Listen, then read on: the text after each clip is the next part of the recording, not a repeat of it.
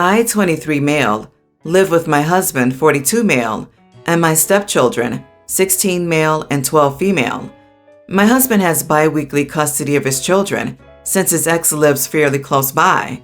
I get along really well with my stepdaughter, but the same can't be said for my stepson. I understand that his parents' divorce was a stressful period for him, so I'm aware that I'm probably not his favorite person in the world. As such, I'm not forcing him to like me, and I'm letting him decide when he wants to build a relationship with me. I also live with my tabby cat. She is friendly towards the kids, but my stepson doesn't really bother with her all that much. I want to add that my cat has her own room filled with toys, etc. On Saturday, me and my husband went out for a meal, leaving my stepchildren and my cat at home. My stepdaughter had already gone to bed by this point, so we figured that my stepson could just play video games and relax, while my cat could entertain herself. When we got back, my cat was nowhere to be seen, which is when I heard the scratching at the basement door. I opened the door to find my cat sitting at the step, looking visibly shaken. My husband asked what had happened, and my stepson said that she must have locked herself in there, and that he didn't realize what had happened, as he had fallen asleep while playing a video game. However, when we checked the home security system, we found out that my stepson had locked my cat in the basement after she walked across his keyboard, which caused him to lose his game. I suggested to my husband that my stepson should have to sleep in the basement, since he thinks it's okay to have a cat sleep in there. Then surely it's okay for him to sleep in there too. My husband agreed to this, and my stepson spent the night in the basement, much to his chagrin.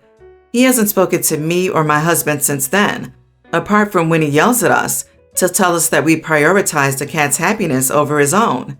Am I the idiot for doing what I did? Everyone's the idiot. I feel there is a lot more to this story than you're telling us. You gloss over the fact that the divorce was hard on him, but you do not even mention the fact that since the divorce, his father has entered into a gay relationship with a man barely older than he is. These are a lot of changes for someone his age to go through, and while you seem to understand why he might not like you at the moment, you don't appear to be very sympathetic to that. He should not have locked the cat in the basement, and he should not have lied about it. I understand that there should be consequences for his actions, but if you're trying to get him to come around to liking you, then you're going about it the wrong way. The fact the kids are there likely less than 6 full days a month, and dad leaves them home to go out, is probably not seen as him prioritizing them over his new fling. OP, yes, you did prioritize your cat's happiness. You are the idiot here. Kitty was in the basement for 2 to 3 hours. I know cats don't like to be trapped, but honestly, probably not doing any permanent psychological damage there. Is the basement dangerous? Did he hurt the cat? Yes, stepson lied. I bet he probably thought it wasn't a big deal. He got annoyed with a cat. If you took him at his word, all that had to come out of it was you saying, "Please be more careful," to his lie. But then you showed him you truly don't trust him by checking the footage. Everyone's the idiot. Your husband for marrying a boy closer to his son's age than his own. No wonder the kid doesn't like you. He also sucks for making his kid sleep in the basement. Let's hope for him that stepson's mom doesn't hear about this. You are the idiot for the same reason as your husband. I wonder if you'd have the same request if it had been your kid and not someone else's. And also, for letting your cat climb everywhere he likes. Your SS shouldn't have to deal with your pet. Honestly, if you had done that basement crap to me, I would have called the cops or CPS. My family, Folk's brother and his family, sister and her family, me and my husband, had our first get-together since the thing started on the weekend. We're all vaccinated now. I discovered then that my formerly adorable precocious kid of a nephew had hit his edgy teen stage with gusto. He had an attitude all afternoon, culminating in him asking me and my husband, gay couple, which of us was the woman. I was pretty taken aback and just said, "Neither of us, we're both men. That's the point." At that point, he came up with some evil crap about how male always seeks female, and therefore, even with 2 guys, one will always be more feminine or something. The thing is, I know he knows better, and his whole attitude was blatantly just trying to get a rise. I didn't feel like ruining a nice afternoon by giving it to him, So instead, I decided to make a joke of it and told him seriously that no one had told us that, and in that case, we'd better figure it out ASAP, huh?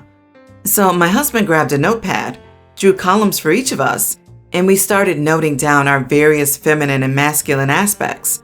Deliberately stupid stuff like, I wear more pink, but he cries easier. He's much better at sports, but I've got him beat in survival skills, etc. At some point, the other adults, minus my folks, drifted over to see what we were doing. My brother immediately wanted to join in, saying he'd never really been sure in their case either. So he and his wife started their own list, and my sister and her husband, parents of nephew, followed suit. It was honestly pretty funny. We made up a point system and debated the gendering of breakfast foods. My nephew got sulkier and sulkier. We kept asking for his verdicts, until finally, he walked away in disgust and ended up hardly saying a word for the rest of the afternoon. At the time, I thought it was a harmless and amusing way of making a point about the stupidity of his argument without giving him the satisfaction of the "you're too sensitive" rise he was looking for. But earlier today, I heard from his brother, 19, he was not at the get-together, saying my nephew was really upset and accusing us of being a bunch of adults ganging up on a child and of drawing his parents into it. I honestly hadn't thought of it in that light, and now that I do, I must admit it's not a great look. I still think he's old enough not to be catered to when he acts like this, though. Am I the idiot? Not the idiot. He was a brat. He knew it. He dished it and couldn't take it. Said loosely because you didn't even really dish it back. You joked on yourselves, not him. Also, you didn't gang up on him. Instead, you mocked his phobia and gender essentialism and got other people to join in and question his own prejudices. I think it was a great way to make a point of how ridiculous that statement was. So it might be there's a learning experience here for the young man. I'm so sick of people saying they're being bullied, attacked, or ganged up on when they're just being called out for their nonsense. Your choice to engage with humor, address the issue, but without escalating or ruining the family visit. But honestly, it sounds like your nephew would have been sulky and upset if you had responded in any way other than affirming his misguided views. As a teenager, he is old enough to learn that he needs to be prepared for pushback if he dishes out stupid statements. Your form of pushback was incredibly gentle, and he should be grateful for that. That is a hilarious and classy way to deal with teens. You are not wrong, not even a little bit. He could have realized his mistake and joined in, but his little feelers were hurt because his plan to hurt you and your husband failed. It is just not okay in any way that he was doing this on purpose, and I think he is 100% the idiot. Nobody ganged up on anyone. He got exactly what he deserved in a very harmless and gentle way. Don't apologize. It would send the wrong message. I'll just start by saying that I'm a foster mother. I have a disabled 18-year-old son who my husband and I adopted when he was 4. His biological parents aren't in the picture. My husband and I are his primary caregivers. We love him. He's the light of our life. We give him all the care and appreciation he deserves since he's always felt an unfortunate hand in life. He became wheelchair-bound a few years ago. Nothing through his fault because it was an accident. My family loves my son and always made him feel like he's one of their own. So far, we've had no issues till my sister sent me an invitation for her wedding. The invitation didn't include my son in it. In fact, it stated my son cannot attend since the wedding is child-free. I was shocked but mostly upset. I called her to ask if she was serious by claiming my son as a child. She apologized, saying due to his health and slow growth, she's worried the guests would see him and assume he's a teen at max. I said that was illogical and asked if she wanted me to bring identification to prove to her guest that my son is a legal adult. She swore it wasn't about my son and went in about how much she adores him, but she didn't want to deal with angry guests assuming she's favoring her family by letting kids attend. She said I shouldn't take this personal because my brother's daughter, who's a toddler, isn't allowed, but she's toddler, and my son is 18. I said I was sorry but couldn't help but feel she was looking for excuses to exclude him. I ended the conversation and spoke to my son, and he cried. I talked to my husband and decided we won't attend the wedding and instead made a reservation to go to the national park and have a tour there together as a family the day my sister's wedding's on. My sister found out and was shocked. She and my mother said I can't do that and not come to the wedding just because I was asked to respect the rules. I said I was respecting the rules by not attending altogether instead of bringing my son. Mom said it was petty of me to do that and told me to cancel the reservation and come with my husband to the wedding, but I declined. Not the idiot. If your sister is giving you a her way or the highway choice, she should accept that you've chosen the highway or the national park. You have a son who requires full-time care. Your sister has not invited him to her wedding. Your choices are to find him respite care, to attend, or not go to the wedding. You're not going to the wedding. Doing something else on that day does not make you an idiot. Actually, I think you're wrong here. It's not about the care at all. Nowhere does OP say her son is incapable of taking care of himself or requires full-time care. It's about the sister excluding him. By going, she condones the discrimination. By not going, she's showing the sister that she won't stand for it. OP doesn't need to, nor should talk about the needs of care. It's not about that. It's about OP's son being treated like crap. Not the idiot. I disagree with your sister's reasoning, but at the end of the day, she's entitled to invite who she wants to her wedding, especially if she's paying for it. You're also entitled not to go if you don't agree with her rules or reasoning. My wife and I had a child-free wedding that included all guests under 21. Our venue, and most of the ones we looked at, charged us per head for both food and alcohol, regardless of age and/or if they were drinking. It's bothering me so much that OP's mom and sister told her she could not go just because she was asked to respect the rules. I mean, number one, OP's son isn't a child, so the rule is not applicable here. Number two, OP would be respecting the rules by not going. It's not about respecting the rules at all. They're mad she isn't leaving her son behind. If anything, the bride isn't respecting her own rules by attempting to exclude her nephew. Number three, OP is not the idiot here, and I hope they have a very good time at the park. So I stopped by my mom's house to pick up some stuff yesterday. Her friend was over because they had just gotten back from shopping. I've known my mom's friend Carla for a while. She has a daughter my age. Carla has hinted before about introducing us. Well, I was running some stuff back and forth to my car, and I heard Carla talking to my mom about how she just wished her daughter would get her life together and meet someone nice. Then she called my name and asked if I was seeing anyone, to which I said no. Then she was all like, "You should take my daughter out sometime. I'm sure you'd hit it off. She needs to meet a nice guy like you." I was like, I'm not sure, I'm kind of busy. Then I went back to my old room. I've heard enough from Carla and my mom about her daughter to know she's not my type. Her daughter was in a 2-year college for 4 years and then dropped out, which is normal and not bad. Then she had a decent job and quit because it was boring.